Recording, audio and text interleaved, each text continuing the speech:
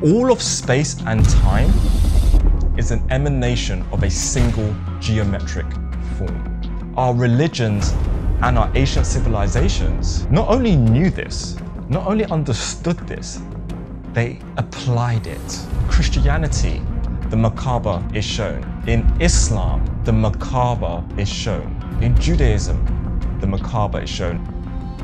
Understanding this geometry is the key to unlocking the secrets of the universe. There are many reasons why people who are put into any form of position wouldn't do what it is that I'm doing here today. My friends, family circle, all those around me were just basically trying to sit me down and ask me, like, why am I doing this? I'm young, I'm successful, I'm the CEO of a thriving business which is primed to go on and do and build amazing things. We're in the middle of a fundraise. People think I'm just poking the bear for poking the bear's sake. I assure you, this is not the case. I feel with knowledge comes responsibility. And all of this information I'm even putting out today is out there in the public domain. If you know where to look, you can find the information. And ironically, much of the information that I am talking about today, which I have collated, is being put out by the very actors that I'll be speaking about and exposing. Symbolism literally has become their downfall. And it's these codes, rules, or laws of karma that even the most malevolent groups understand and fear. However, they try to manipulate and skirt the rules of karma and free will by manipulating us to relinquish our own free will. Bit by bit, terrorism attack after terrorism attack. Now, there's many people out there in this space that you can follow to get more in-depth coverage on many of these subject matters that I'll be covering. So I'll be raising a variety of different subject matters and I'll be glossing over quite a few of the in-between stages naturally. But you can go and get further information and research around those in-between stages from the likes of David Wilcock, Dr. Michael Salla. There's a great YouTube channel out there at the moment that's really popping called Edge of Wonder. They put great content out there. These are just great resources for people to go out there, solicit their own discernment and go and get some answers and validate the whirlwind of information you're naturally going to expose yourself to. My goal and my objective is to provide information in a narrative that will hopefully guide people towards avenues that deserve your financial attention and hopefully empower you to go off and make some decisions that will protect your wealth and your family's wealth during this wild planetary transition. And I know that's an insane statement. I know it's a crazy, crazy statement to say. I mean, genuinely, it is as big as that sounds.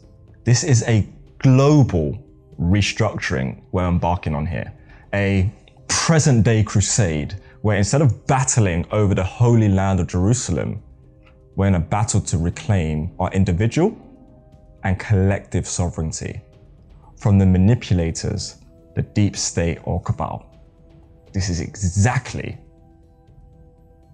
why I'm doing what it is that I'm doing to get this information out. I'm literally staking my whole public image on these truths. This is not my belief. Belief is a mug's game. There's only what you know and can validate and what you don't know. One thing that I have in my own teaching is that I understand that what you know will always be finite. What you do not know will always be infinite. And that's the fun of it. That's the fun of knowledge and education.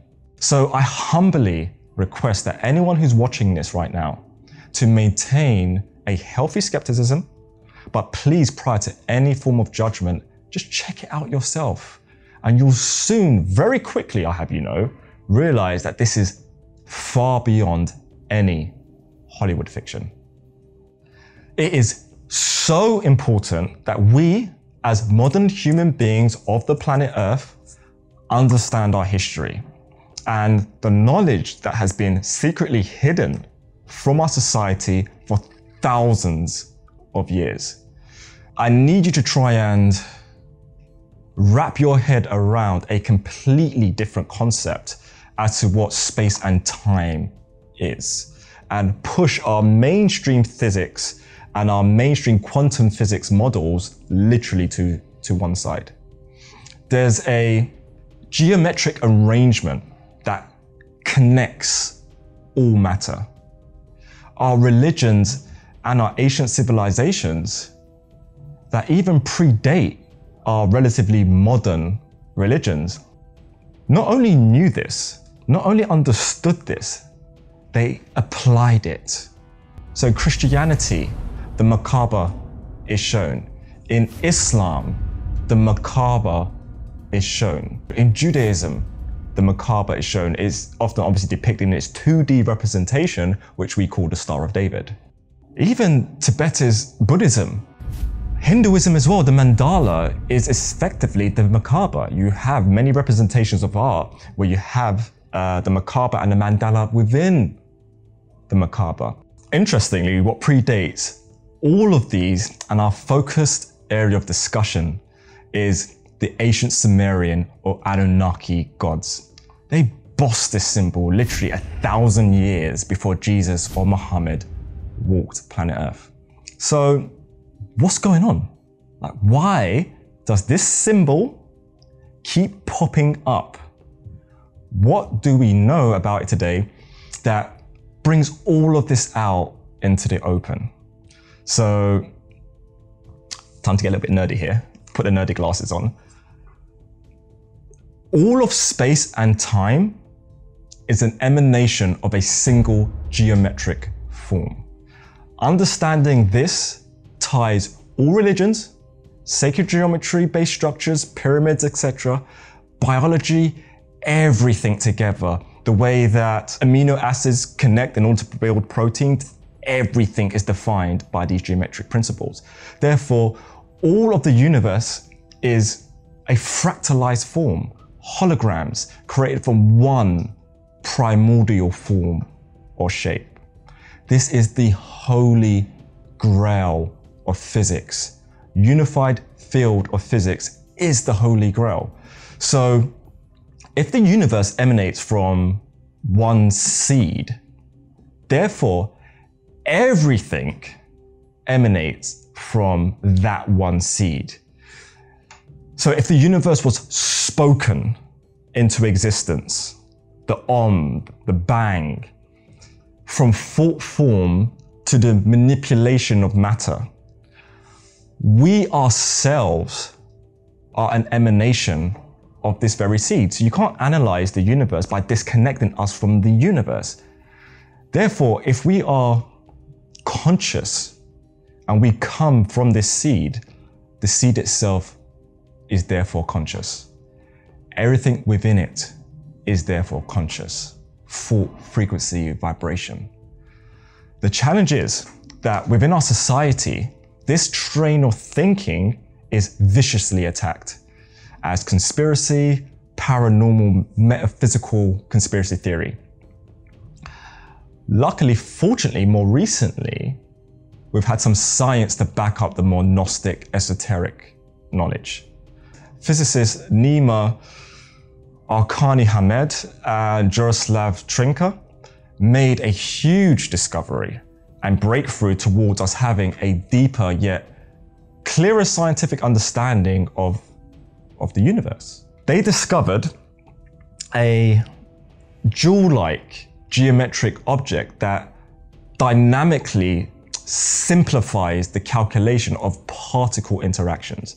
The challenges and the notion that space and time are fundamental components of reality, a holographic quantum relationship.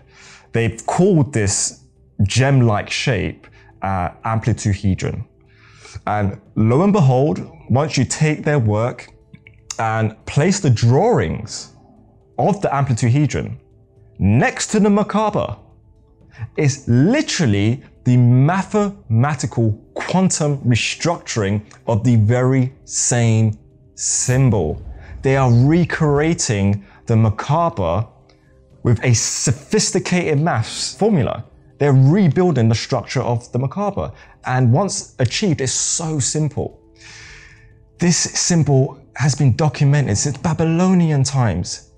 Max Planck is also another individual who discovered the smallest form in the universe, which is called Planck's constant.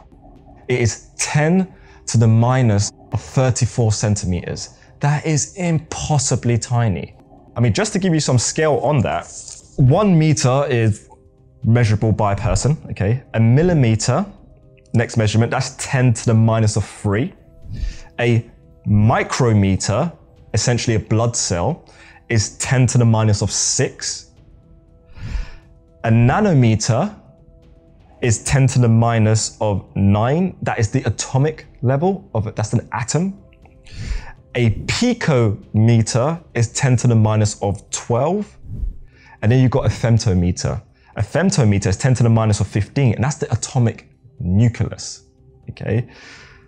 All the way down at the bottom, 10 to the minus of 34, we have Planck's constant, Planck's scale, the smallest measurement of space or energy, depending on how you measure it. Some people measure it as 10 to the minus 34 in centimeters or 10 to the minus 34 in joules. Joules being a representation of 1 Newton covering a meter worth of distance. It is the conventional physics measurement or scientific measurement that is used in the mainstream for energy. So Planck's constant is the smallest measurement in the universe that we're aware of, that we know of. If you look at this at the quantum scale, what we're talking about here is the transference of energy, or unassimilated energy, dark matter, things that we say in the conventional scientific world is we don't really have an explanation for. You apply this logic, this thinking, these teachings to what is going on with Planck's constant, and ultimately what it is that you're seeing is 2 tetrahedrons stacked on one another, base to base. As this is potentially a cryptocurrency audience, it kind of looks like the Ethereum logo. That shape is just beaming and shooting through space. This is the vacuum that we don't believe that we can extract energy from. It's only once this particle of light collides and goes beyond being a wave form, having this double stacked tetrahedron shape. When it collides, fundamentally becoming matter itself, it interlaces on one another and then forms the Merkaba. Fortunately, we have the work of the quantum paparazzi, Radek Trakprievich. Quantum physics tells us that a beam is made of zillions of tiny packets of light called photons, streaming through the air. But what does an individual photon actually look like? So Radek and his physicists have created the first ever hologram of a single light particle.